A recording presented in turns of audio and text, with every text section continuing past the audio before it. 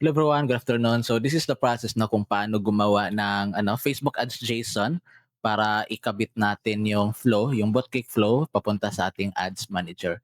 So first ay pupunta lang tayo dito sa Growth Tools. At dito naman ay gagawa tayo ng tool by clicking this Create Tool at lagyan na natin kahit anong pangalan. So for example, pangalan nito ay Payday Sale. So piliin nyo lang Facebook Ads JSON, tapos Create. Then ngayon ay click natin tong add para gagawa naman tayo ng flow. So, ito create new message. Yan, within 24 hour. So ito yung mga limitations na kailangan yung tandaan dito. No personalization. Up to 300. There's only, tapos at least one button or quick reply. Ayan. Pwede rin tayo mag-attach ng image if you want. For example, this is the specific banner for that ad. Ayan. Okay, then lagyan natin siya ng button dito na let's say learn more.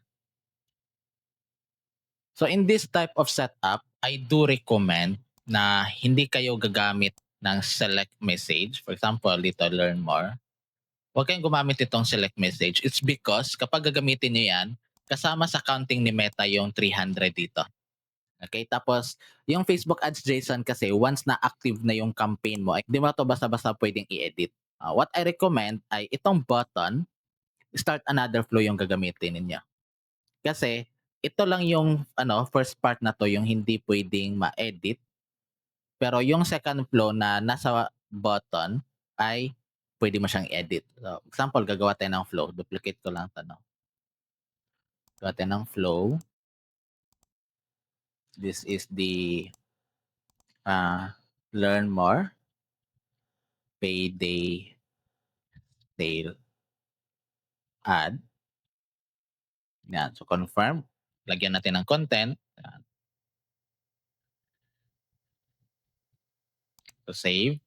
Tapos, balik tayo sa Facebook Ads JSON na ginawa natin. So, sa learn more, start another flow at piliin mo yung flow na ginawa mo. Yan. Confirm. Tapos, save. Then, save. Okay. Ngayon ay activated na ang Facebook Ads JSON natin.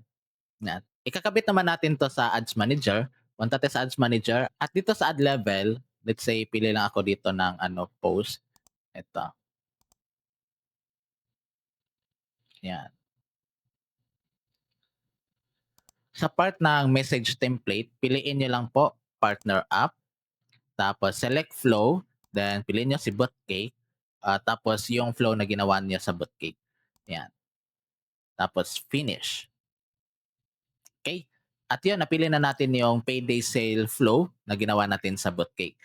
Pag publish natin yan, take note na itong ginawa natin na flow, ito siya. Hindi na natin basta-basta pwedeng i-edit. Hindi na natin basta-basta palitan yung yung image, yung characters, tapos yung button.